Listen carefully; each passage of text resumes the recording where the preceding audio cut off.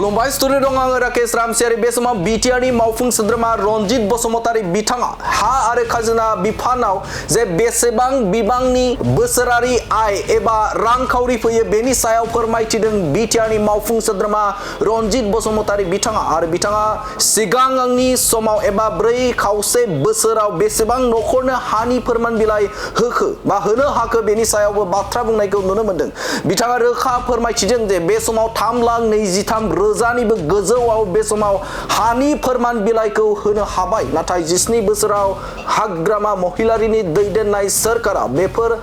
बायदि हानि फोरमान बिलाइखौ होनो हायाखैमोन होननानै बाथ्रा बुंथिदों बिटिआरनि मावफुं सोद्रोमा रनजित बसुमतारी बिथाङा आरो बेनि अनगायैबो लेन्ड एन्ड रेभिनिउआव बेसेबां रांखावरि बोसोराव फैयो बा सिगांनि समाव फैदोंमोन बेनि सायावबो फोरमायथिदों बे समाव बिटिआरनि मावफुं सोद्रोमा रनजित बसुमतारी बिथाङा रोखा बाथ्राखौ बुंथिदों जे थांनाय बिपिएफनि सोरखारनि समाव 12 एबा 13 कौटि रांल'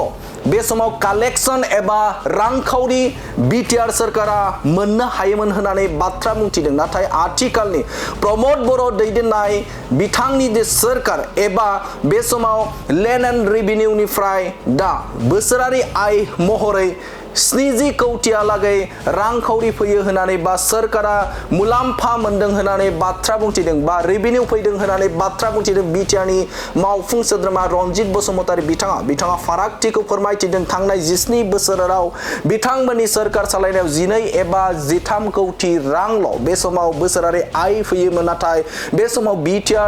बिटिआर सोरखारनि एबा प्रमोद बर'नि दैदेननाय सोरखाराव बे समाव 70 कौटिनिबो गोजौआव बोसोरारि आय एबा रांखावरि फैयो होननानै बाथ्रा बुंथिदों बिटिआरनि मावफुं सोद्रोमा रनजित बसुमतारी बिथाङा। आथिखालाव बे समाव मोनसे सिस्टेमाव बे गासै खामानियाबो सोलिदों, जायनि थाखायनो बेफोरबायदि थासारिया जादों होननानै बाथ्रा बुंथिदों आरो बेखौ लानानै खौरांगिरिफोरखौबो खावलायदों जे बे आयदाखौ लानानै जे सोरबाफोर बैफोराव रांखावरि जानाय आरो एबा बेनि अनगायैबो जुदि आयेन बेरेखा हाबा नुयोब्ला नोंथांमोनाबो फोरमायनांगोन आरो नोंथांमोननिबो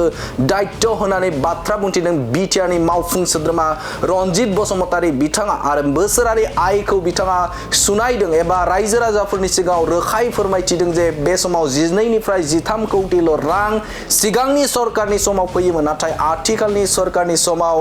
70 कौटियालागै बोसोरारि आयआ फैयो होननानै बाथ्रा बुंथिदों बिटिआरनि मावफुं सोद्रोमा रनजित बसुमतारी बिथाङा। ভাৰত স্বাধীন হয় 70 বছৰৰ পাছত কোনো ভাৰতীয় ৰাজনীতিক দলে অসমৰ বিটিচিৰ মাটিৰ সমস্যা সমাধান কৰিবলৈ ওলাই অহা নাই। স্বয়ং হাগ্ৰামাই 17 বছৰতো